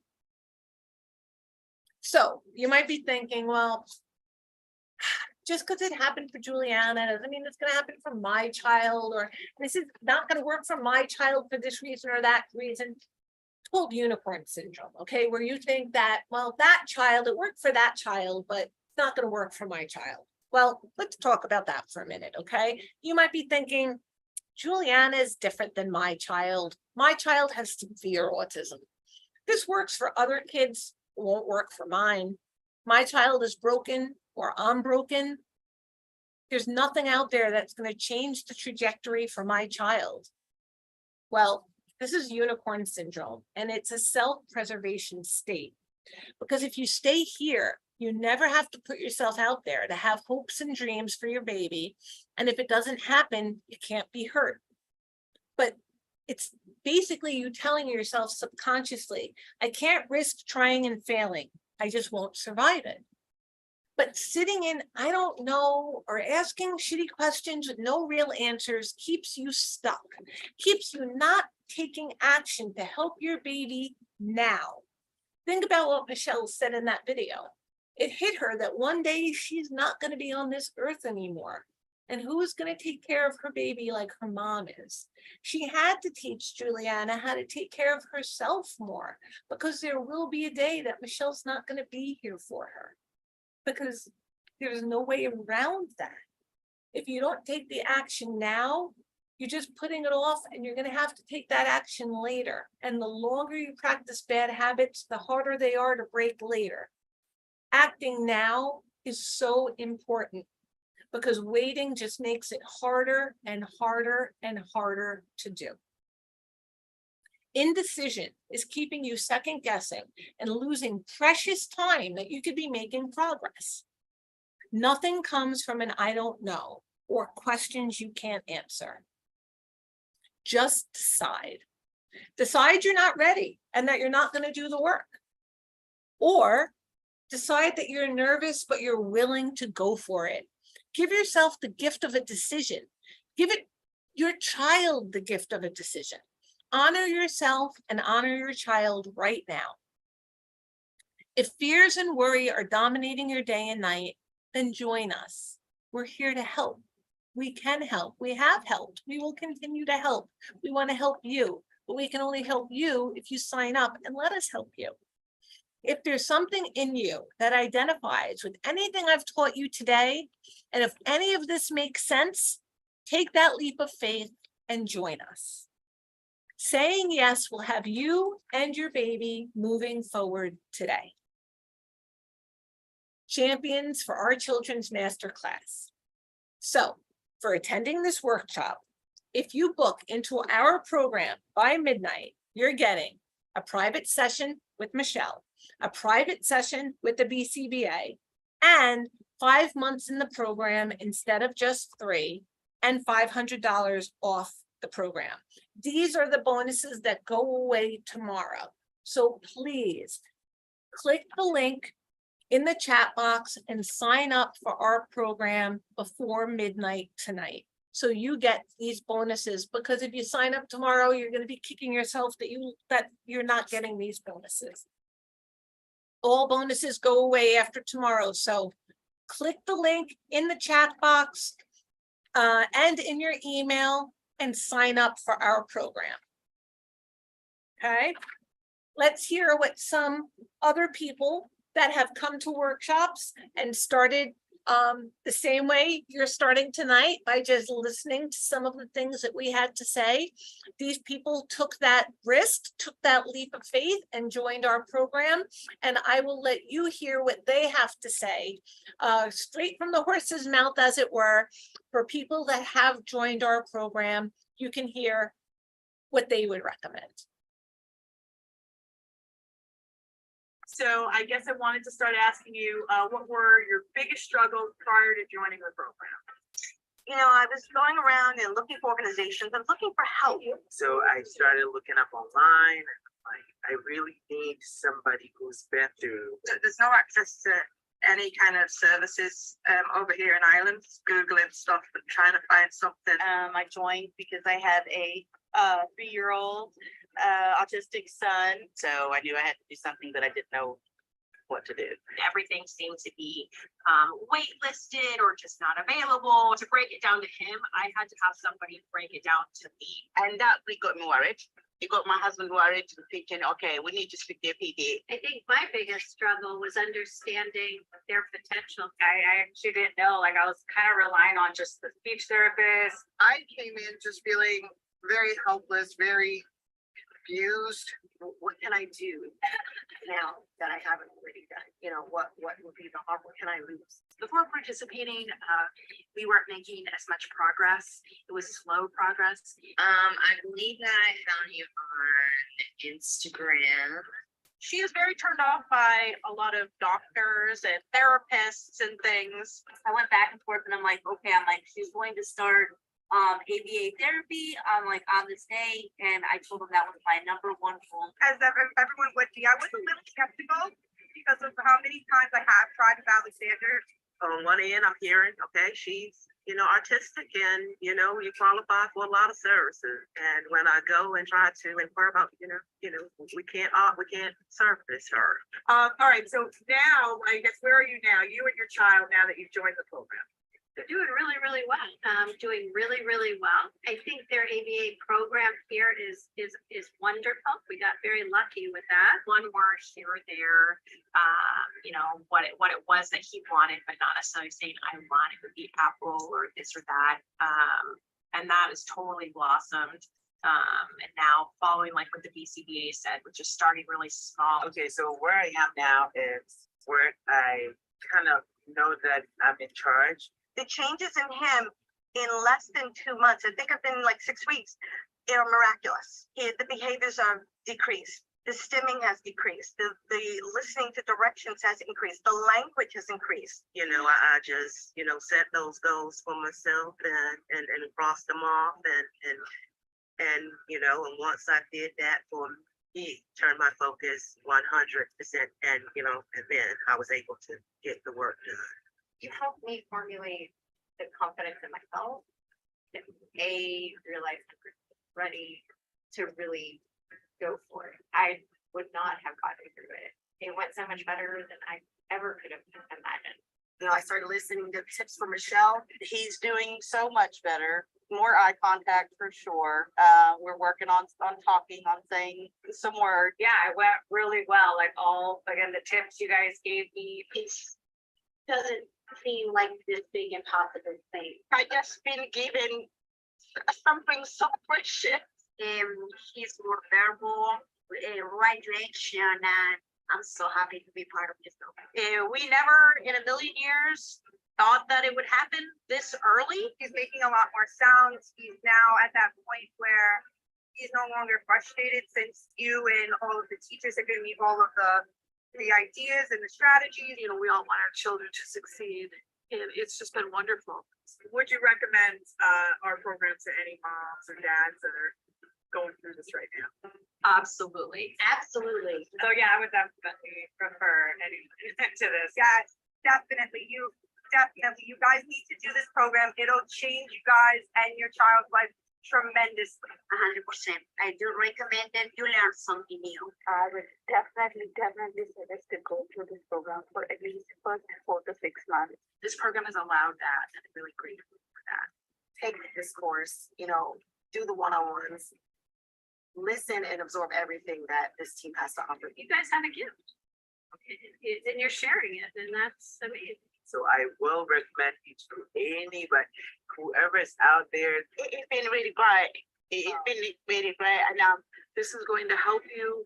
You can learn through other parents' experiences. Just do it.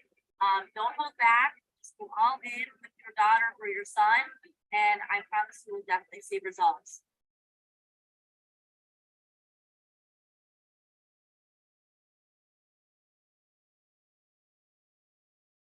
Oh, I love our families. I'm so glad that they all find us so helpful. That is what we are here for.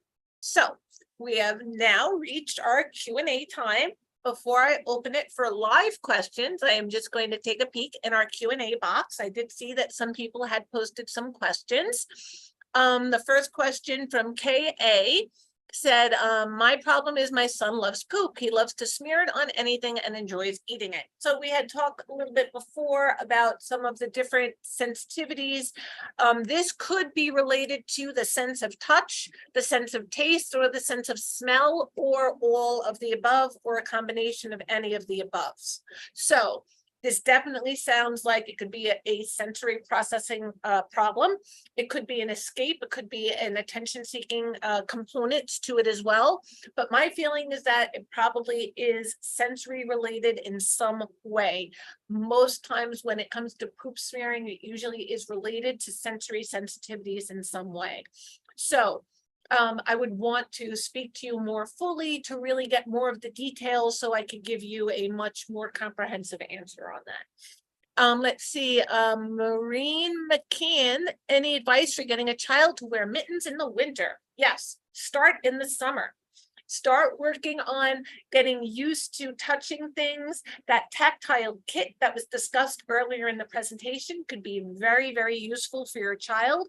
Want to start with gloves that are way too big for your child. So if it is a sensory sensitivity, they might be resistant to something that's tight on their hands, or try gloves as well, because maybe it's that their fingers are touching inside the mittens.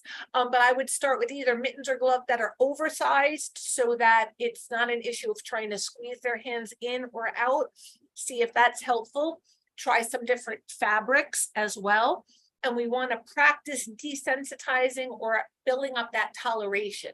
So I would start way back like now with, you just have to touch the mittens. Just touch them, hold them, put them down, set a timer. We're going to touch them. We're going to hold them for 5 seconds. We're going to put them down. Now you're all done and you get a reward for that. Once your child can do that, now they're going to hold them for 10 seconds. Now they're going to hold them for 30 seconds. Now they're going to place them over their hand, but not put their hand inside of it, but kind of put it over their hand. then they're just gonna put their fingers just in the tip, just in that little opening. They're just gonna put their fingers right in the tip there. And then that's it, they're all done, and they get reinforced for that. So it's a very slow, gradual process. You need to have a really big motivator that your child really, really wants, and the only time they get it is for the Mittens program. Start small and build up. And again, if you do join our Champions for Children's Masterclass, this is something that we can work with you along the way, helping you each step of the way. If you need to build in more steps or you don't need as many steps, this is something that we can definitely help troubleshoot. Let's see, or getting a child to wear glasses from the same person, same thing. Toleration, it's all about toleration. I've done this with kids with glasses before. It starts with, you only have to put on the glasses and wear them for 10 seconds, and then we're going to take them off. Now you can put them on for 15 seconds, and then we're going to take them off. Now you're going to put them on for a minute, and then we're going to take them off. Now we're going to put them on for 5 minutes. For some kids, they need it that gradual. For other kids, it's if you wear every 5 minutes you wear them, you get a check. And however many checks you get determines your reinforcer. So at the end of the day, if you've earned 0 to 5 checks, you can pick from this row of things that you want. And this is the stuff that you want, but you want the least. If you get 5 to 10 checks, you get to pick from this row. And this is stuff you want more than the stuff on the first row. And if you earned 10 to 15 checks, you get to pick from the top row, and that's the stuff that you want the most. So again, wearing glasses for longer periods of time earns more reinforcement. You can also build in breaks on building asking for breaks. So again, Maureen, I definitely recommend signing up for our program so we can help you all along the way with both of these issues with your son or daughter. Let's see. Some program questions about the program. Let's see, my son makes a humming noise. This is IV, a loudly. His speech therapist said he might like the sensation. It makes him feel in his mouth. He'll usually make that sound when exciting or playing, along with the vocal stim, such as running or pacing back and forth while toe walking. At school, it's an issue during reading time when the okay, so I get it. He is engaging in this self-stimulatory behavior. Now, it could be because he likes the way it feels in his mouth, sounds in his head, which is, again, a sensory processing issue. It could be that he's trying to block out the sounds from the rest of the room. So again, this is something that I would want to get some more information from you so that I can give you a more comprehensive answer. What do you recommend to do when your child runs out of a loud classroom? The first thing we want to do is not allow the child to run out. So we want to try and prevent future running out by blocking the door, making it harder for the child to just like put a person there. That's what I mean by blocking, like have a person there during activities that the child is more likely to elope from, have a reinforcement system. First, we have to figure out why they're running out. Is it just because it's loud? If it's only because it's loud, we can teach them to wear headphones or earplugs. There are earplugs that you can still hear people talk, but it kind of muffles the background sound. So there are definitely a lot of strategies that we can use.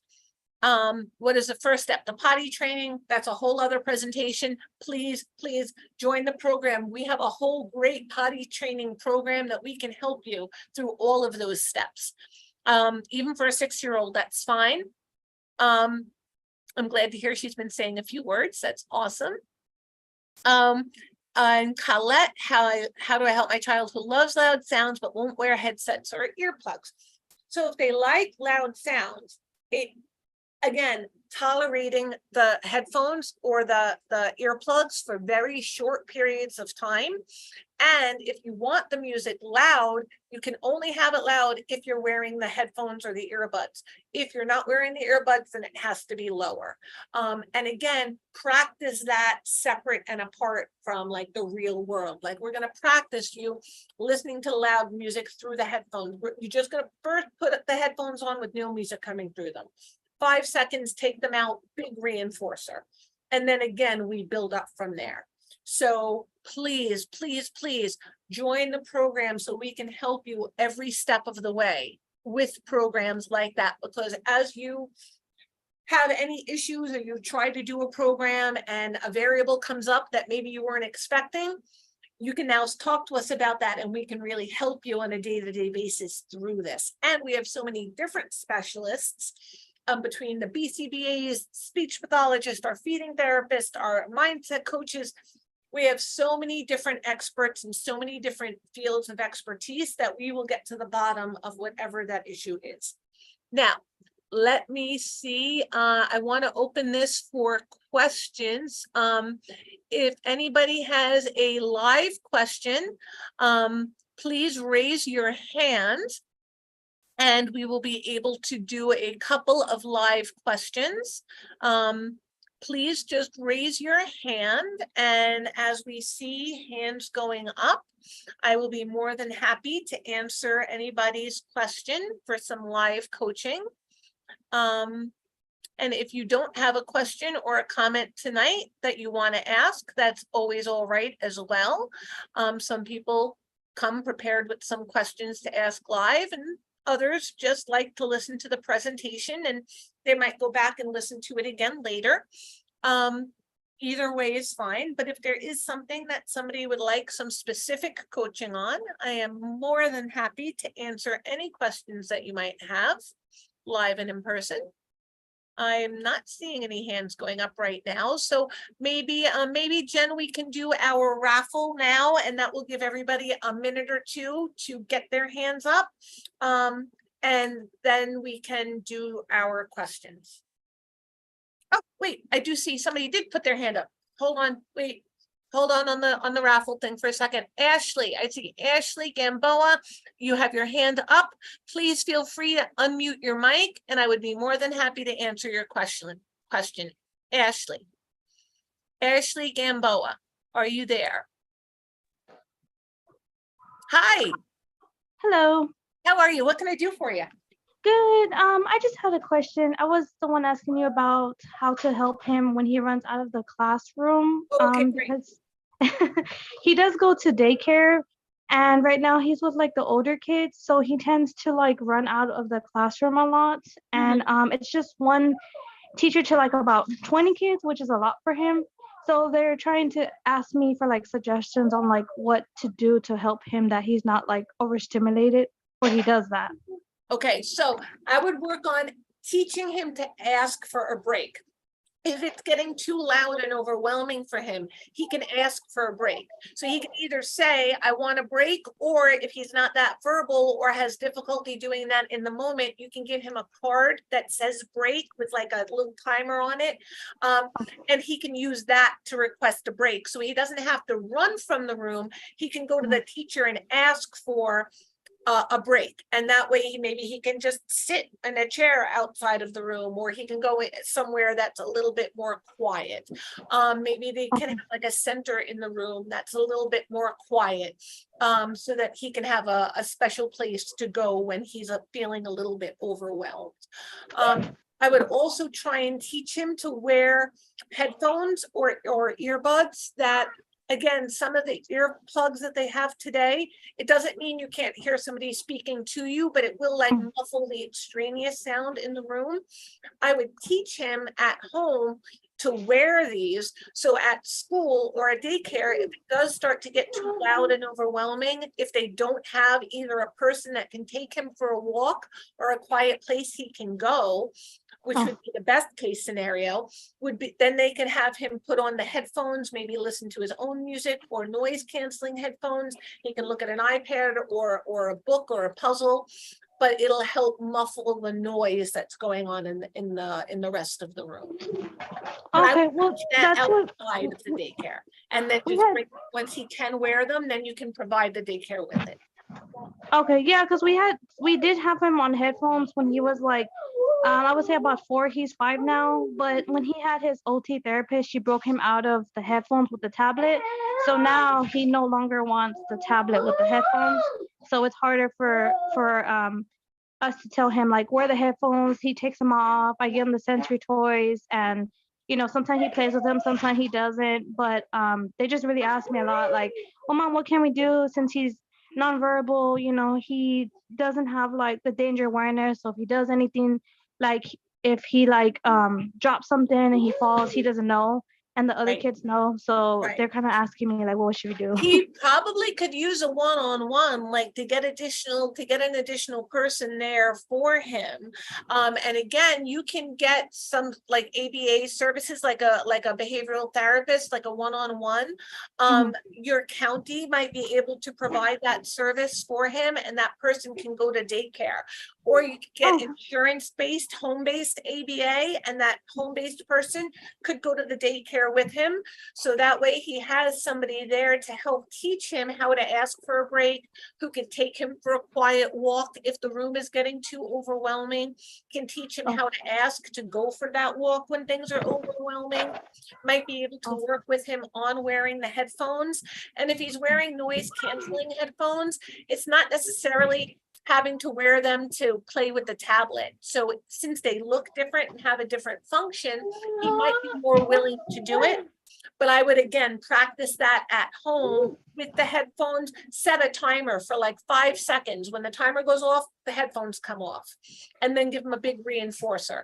And when he can handle 5 seconds, do 10 seconds. When he can handle 10 seconds, do 20 seconds, and just keep building up until he's okay with wearing them. Once he's okay with wearing them, then you can share them with school, with daycare. But I would definitely recommend trying to get some behavioral therapist services at home and have that person go to daycare with him. Okay, yeah, that's what we're in the process of waiting. We're just waiting for his assessment. But I did explain to them, like, she's not a babysitter, like she's going to Yes. help y'all, you know, like with his behavioral problems. So Yes, they understand yes. that. Good. That's really good. I bet that it's going to be so helpful, because now you have somebody that can pay 100% attention to him, to the cues, to knowing when he's starting to feel a little uncomfortable. Then she can prompt him to ask for a break with like a PEX or something. And then she can take him for the break. And then that's going to reinforce that whole asking for help thing as well. Okay, yeah, he's been doing that whole PEX thing, so he knows like the pictures and like how to ask for stuff. Great. That's Yeah. so great. I'm so glad to hear that. Okay, try that and then come back and let me know how things go. Okay, I will. Thank you. Oh, my pleasure. Bye. Let's see. I don't want to mispronounce your name. Olawafunke. You have your hand up. Oluwafunke. If you would like to unmute your mic, I am more than happy to answer your question. Oh, you just disappeared. Maybe you put your hand down. Okay, I see KA. I believe I was answering some of your written questions. Please feel free to unmute your mic, KA, and I would be more than happy to speak with you. Hello. Are you there? Hi. KA, are you there?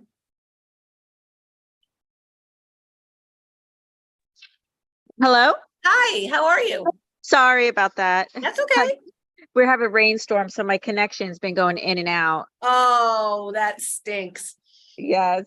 So my question is, my son, he is a 6-year-old. He is nonverbal. He's just starting to learn how to do the tablet, very limited words, but he is a sensory seeker overload. He loves everything, but his problem right now, he has like a behavioral therapist. He goes to an ABA center. He goes to public school. He has his own one-on-one paraprofessional.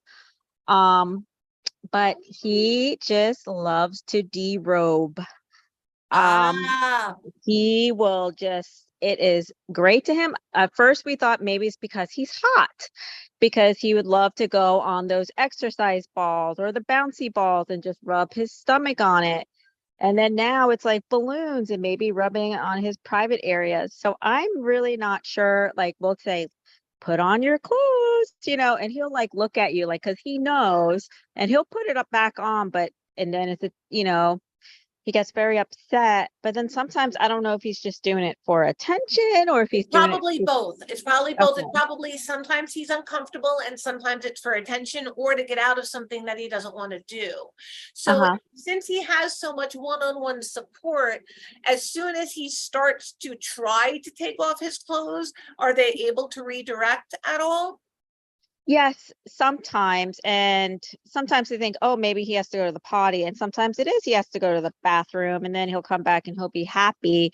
But when it comes to redirecting, yeah, I mean, it's a little bit, I mean, sometimes that's why they feel like it's maybe a game because he kind of gives the back smirk and laughs about it. Yep. But at the same time, other times it like really feels good for him. Like he will be alone doing it maybe for 10 minutes and then he'll come back and he can do all his tasks that he needs to do and his goals and he's just thriving. But then, but it's really So again, hard it's to about me. time and place, right? It's about time and Yes. place, like when you can and when you can't, right? So Exactly. especially if it sounds to me like he really does have some sensory needs, because like you said, when he is able to do it for a few minutes and then he's able to thrive afterwards, that to me says sensory processing issues. So I would go back to the presentation and look for some of those suggestions in terms of like the sensory kit to put together, like a sensory diet for him, and look for things that are, did you also happen to post a question about poop smearing? Yes, that's him. He Okay. loves it. He loves it. It's amazing to him. Like, and I So- mean, he loves to eat stuff too. So if I put Play-Doh in his room, even like one of those like fart smellers Right. thing, And just how because is he with like Play-Doh and other mushy like slime stuff like that? Does he like that? Will he'll that eat it. replace? He eats it. He eats it. He Okay. eats anything and everything, glue, Anything that- crayons, So again, like mushy. it said in that presentation, he might be a little hyposensitive in terms of taste. What is his diet like? He is an amazing eater. He will eat anything and everything. Anything does he like spicy stuff or bland stuff, or does it not matter? It doesn't matter. He's a big, like he loves like the natural stuff too. Like it has to be Whole Foods, Trader Joe's. He's a dipper. He loves sauces. It doesn't matter. It could be salami, and if it's in ketchup, he'll eat it. He's Oh, just, that's awesome. so it's very, like you said, it's all in that hyposensitivity, with the mushing, the smearing and everything. But it's just it's hard because even with the potty training, it's very hard because at nighttime I have to put him in one of those suits that are zipped up in the back. And Yeah. it just pains me. And I have to get up super early at 6 a.m. to get him on the toilet. And if not, it's on the window. He Right. knows what he did. Right. It's just really hard. So I would say to start, let's try, first of all, on the mornings that he wakes up and you catch it and he doesn't smear, he gets a reward for that. Like you can make like Okay. a special chart with the special stickers or special stars or whatever. And any morning, even if it's because he was in the suit, doesn't matter. If he wakes up and there's no poop smeared, he gets a special reward for that. Oh, okay. That's the first thing. The second thing is give him time during the day that he can smear stuff that you give him, that he can get messy and get into it. Give him finger paint and slime and sand and like all that stuff. And during this time, it's appropriate for him to get messy and to smear and to do whatever he wants. And then you can clean him up afterwards. Shaving cream, pudding, like whatever he wants to smush and stuff. So that way, if he does have that sensory need for that input, it's now being under your control, and having some designated access to it might make it less, he might have less of a need to do it at other times of the day. Okay, yeah, I'm definitely gonna try that. And I like what you said about giving him a positive reenactment for not pooping in his suit, because I didn't Yes. really think about that, because sometimes I'm just like, oh, to myself, I'm like, oh, thank goodness. But Yeah, because the more you can catch that and reward that, the more he's going to want that reward. And eventually it's going to click, and it's now going to be associated with a positive thing for staying clean. right. As opposed to getting a lot of attention and interaction when I have to get cleaned up and changed. Right, because that's the one thing that's, I mean, potty training, he's doing so well, but with the poop, it's like I can't, It's a I just can't. sensory component to it. So I think both things, the reinforcement and giving him access to smearing time at other times of the day with controlled things that are okay to smear might be very helpful. So Oh, try okay. those 2 suggestions and then please come back to another workshop, or if you're not signed up for our program, please come Yeah. back to other workshops so that I can follow up and see how it goes and can give you other suggestions as well. Great. Well, thank you. I'm very interested. My Thank you so pleasure. much. My pleasure. Jen, can we do our raffle spin, because it is after 8? I'm gonna have to do a hard stop, but if we can maybe do our raffle first, that would be great.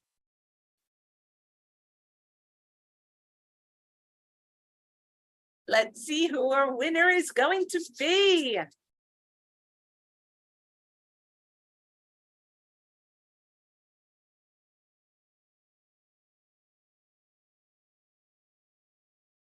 Jenny, congratulations, Jenny.